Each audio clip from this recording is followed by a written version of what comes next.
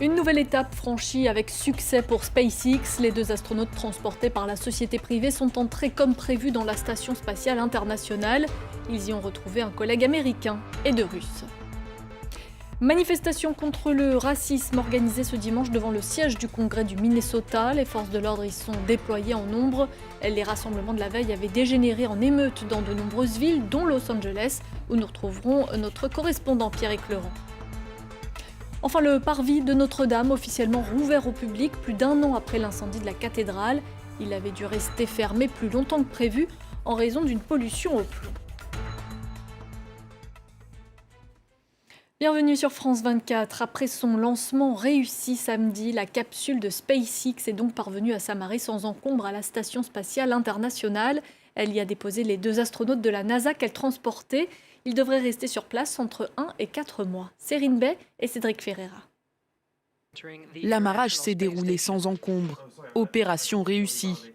Après 19 heures à bord de leur capsule Crew Dragon, ces 2 astronautes rejoignent les 3 occupants actuels de la Station spatiale internationale, un compatriote américain et 2 Russes. Real honor to be just a small part of this 9-year endeavor since the last time a United States spaceship had docked with the International Space Station. La durée de leur séjour n'est pas définie, mais selon le patron de la NASA, l'équipage pourrait revenir début août. La mission des 2 astronautes, tester la capsule Crew Dragon à bord de laquelle ils ont voyagé. Samedi, la fusée avait décollé sans encombre de Cap Canaveral, avec une météo finalement clémente. Une opportunité pour Donald Trump de relancer la course à l'espace. The United States has regained our place of prestige as the world leader. We have created the envy of the world and will soon be landing on Mars and will soon have the greatest weapons ever imagined. Un moment historique pour SpaceX et la NASA associés sur ce projet. Depuis 2011, ce sont des fusées russes qui envoyaient les astronautes dans l'espace. Si la capsule est considérée comme sûre une fois la mission terminée, les Américains redeviendront indépendants. SpaceX, fondé par l'homme d'affaires Elon Musk, espère opérer des vols commerciaux dans l'espace, voire dans la Station spatiale internationale dès l'année prochaine. La colère n'est toujours pas retombée aux États-Unis après la mort de George Floyd, tué lundi par un policier. Une nouvelle manifestation est organisée ce dimanche devant le siège du Congrès du Minnesota.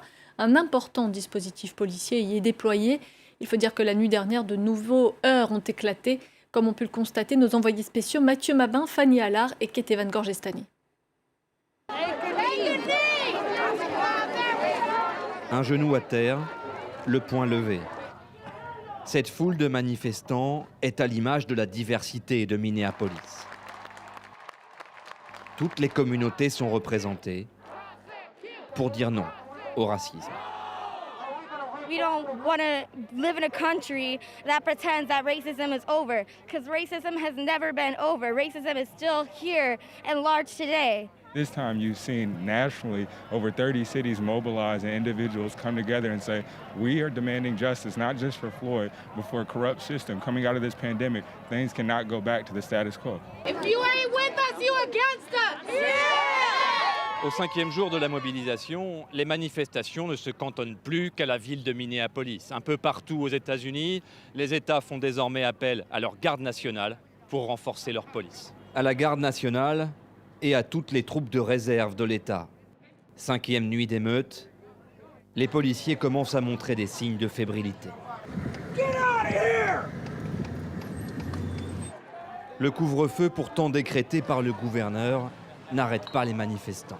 Cops are doing this just because of our skin color and they're basically being racist and basically they're killing us for no reason. They killed that man for no reason. He didn't do nothing. Fuck the police! Fuck the police! La rue est aux émeutiers, jusqu'à l'assaut des forces de l'ordre et les tirs de balles en caoutchouc.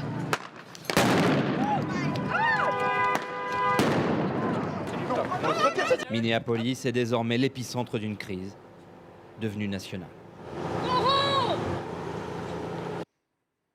Et la colère continue en effet de se propager. Les violences ont gagné New York, Philadelphie, Dallas, Las Vegas ou encore Los Angeles, où on va retrouver notre correspondant Pierrick Leurent. Pierrick, la sécurité a été renforcée sur place en prévision d'une nouvelle nuit d'émeutes.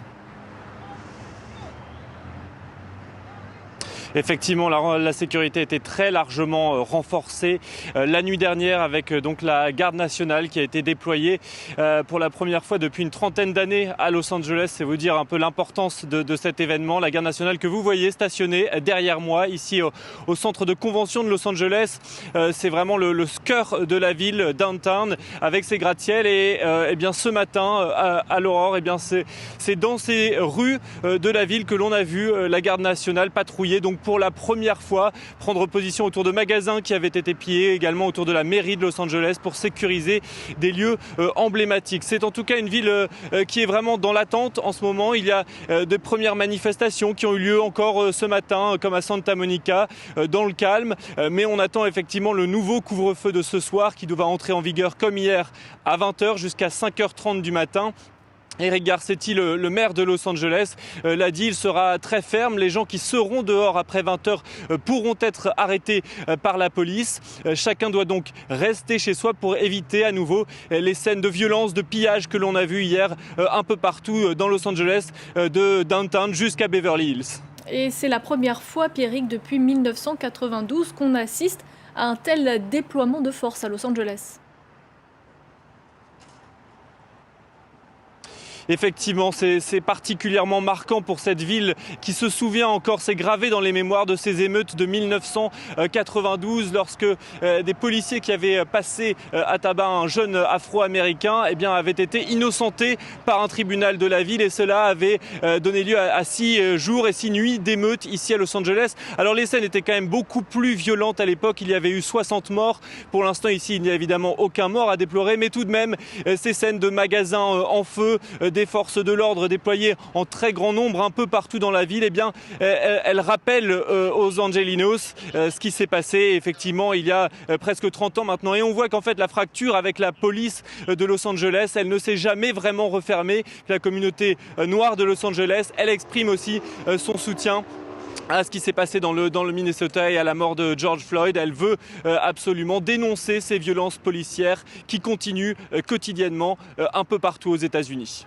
Pierrick Laurent, merci beaucoup. Des hommages à George Floyd à l'étranger également. Des centaines de personnes ont manifesté ce dimanche à Londres. Elles se sont agenouillées pendant une dizaine de minutes. Un geste devenu un symbole de la lutte contre les discriminations aux États-Unis. Même émotion à Berlin devant l'ambassade américaine où des milliers de manifestants sont également venus crier leur colère. Une nouvelle attaque meurtrière au Burkina Faso. Un convoi humanitaire a été visé dans le nord du pays, près de Barça-Logo. Au moins 10 personnes ont été tuées. Vendredi déjà, un convoi de commerçants avait été attaqué dans la région, faisant 15 victimes. Tandis que samedi, ce sont des hommes armés qui ont fait irruption sur un marché de l'est du pays, faisant au moins 25 morts. Les attaques sont de plus en plus fréquentes dans le pays. Les autorités n'arrivent pas à enrayer la spirale de violence djihadiste. En France, le nombre de personnes hospitalisées continue de baisser. Il y a à la fois moins de personnes contaminées par le coronavirus et moins de personnes en service de réanimation à l'hôpital. Les autorités ont recensé 31 décès de plus que la veille, mais ceux dans les EHPAD ne sont pas comptabilisés. Un nouveau bilan sera communiqué mardi. L'Espagne, elle a fait état de 2 morts liés au coronavirus au cours de ces dernières 24 heures. Le chef du gouvernement, Pedro Sánchez, a annoncé une dernière prolongation de 15 jours de l'état d'alerte. Il dit espérer que le déconfinement sera achevé le 1er juillet, date à laquelle les frontières du pays doivent rouvrir aux touristes étrangers. Quant à l'Inde, elle s'apprête à assouplir les mesures de confinement. À partir du 8 juin, les restaurants, centres commerciaux et hôtels vont rouvrir dans une large partie du pays, sauf dans les régions encore à risque. Mais cette reprise est jugée prématurée par certains scientifiques, compte tenu des chiffres de ces derniers jours qui ne sont pas bons. Elliot Samuel. Des cimetières spécifiques pour les victimes du Covid-19. L'Inde continue d'enterrer ses morts du coronavirus. Le pays connaît toujours certaines zones à risque et dans ces endroits, le confinement est prolongé jusqu'au 30 juin. Mais pour le reste du territoire, c'est un assouplissement des mesures de restriction qui va pouvoir débuter. Dès le 8 juin, Les restaurants, centres commerciaux, hôtels ou lieux de culte vont pouvoir rouvrir. Les écoles et universités restent de leur côté fermées jusqu'en juillet. Avec cet assouplissement, le gouvernement indien espère relancer un pays totalement à l'arrêt depuis plus de 2 mois. Mais certains experts scientifiques se disent inquiets et estiment que le pic de la pandémie n'est pas atteint dans le pays. The disease is still increasing and we are getting more and more people who are in numbers. The bigger challenge will be over time. L'Inde a appliqué l'un des confinements les plus stricts au monde et des centaines de millions de personnes se sont retrouvées au chômage. Il y a quelques semaines, le gouvernement de Narendra Modi a annoncé débloquer 255 milliards de dollars pour tenter de relancer l'activité. Les principales victimes de cette crise économique ont notamment été les travailleurs migrants. Lors de la mise en place du confinement fin mars, des millions d'entre eux avaient dû fuir en pleine nuit vers leur village, marchant parfois des centaines de kilomètres. Après 2 mois de fermeture, l'esplanade des mosquées a rouvert ce dimanche à Jérusalem. Pour la première fois depuis le début de la crise du coronavirus, des centaines de musulmans ont pu y retourner pour prier. Charlie Sidbon. Ce moment, les musulmans de Jérusalem l'attendaient depuis 2 mois et demi. L'esplanade des mosquées a été rouverte à l'aube. Les fidèles attendaient devant la porte depuis des heures.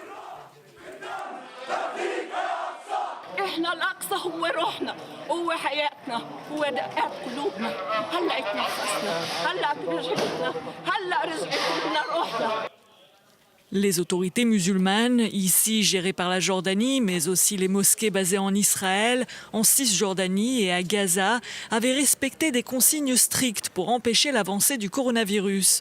Les mosquées sont restées fermées et c'est peut-être pour cela que le taux d'infection dans les communautés musulmanes est resté faible. إجراءاتها في استقبال المصلين من وضع علامات على السجاد وعلى البلاط الخارجي وأيضا تعقيم المساجد وتعقيم أيضا الساحات. L'esplanade des mosquées est le 3e site le plus sacré pour les musulmans après la Mecque, qui rouvre ce dimanche aussi, et après Médine. Il est au cœur du conflit israélo-palestinien, les 2 nations souhaitant l'avoir sous leur contrôle. Pour les Juifs, c'est le mont du Temple, site le plus sacré selon leur tradition. Un premier groupe de fidèles orthodoxes s'y est rendu dimanche matin. Et en France, c'est le parvis de Notre-Dame qui a enfin pu rouvrir au public. Plus d'1 an après l'incendie de la cathédrale, il avait dû rester fermé plus longtemps que prévu en raison d'une pollution au plomb, puis du confinement. Florence Griffon. Depuis ce matin, le parvis de Notre-Dame est de nouveau accessible au public. Les premiers visiteurs en profitent pour capturer la vieille dame au plus près du chantier. On la voit de beaucoup plus près, on voit la galerie des rois. On est très heureux au moins de l'ouverture du parvis. C'est rassurant, c'est en bonne voie et puis on sait que le chantier, ils font tout, ils mettent tout en œuvre pour que ça aille le plus vite possible. Les commerçants du quartier sont soulagés. Une bonne nouvelle enfin, parce qu'il n'y en a pas beaucoup ces derniers temps, des bonnes nouvelles. Donc non, je suis ravi. La vie va reprendre beaucoup plus aux alentours. C'est l'agence régionale de santé qui a donné son accord pour la réouverture du parvis. Grâce à de nombreux nettoyages et même à l'application d'une sorte de résine plastique sur le sol, la concentration en plomb est enfin très inférieure au seuil d'alerte. De quoi réjouir le général Georges Lin, responsable des travaux de restauration. Personne ne prend de risque de plomb en étant sur le parvis aujourd'hui, sauf évidemment si vous vous amusez à vous mettre à genoux et à lécher abondamment le parvis. À charge pour la ville de Paris de nettoyer ce parvis chaque semaine avec un protocole précis. Le chantier restera également très contrôlé pour éviter que des poussières de plomb ne se déposent sur l'esplanade. C'est la fin de ce journal. Merci de votre attention. Prochain rendez-vous dans un quart d'heure.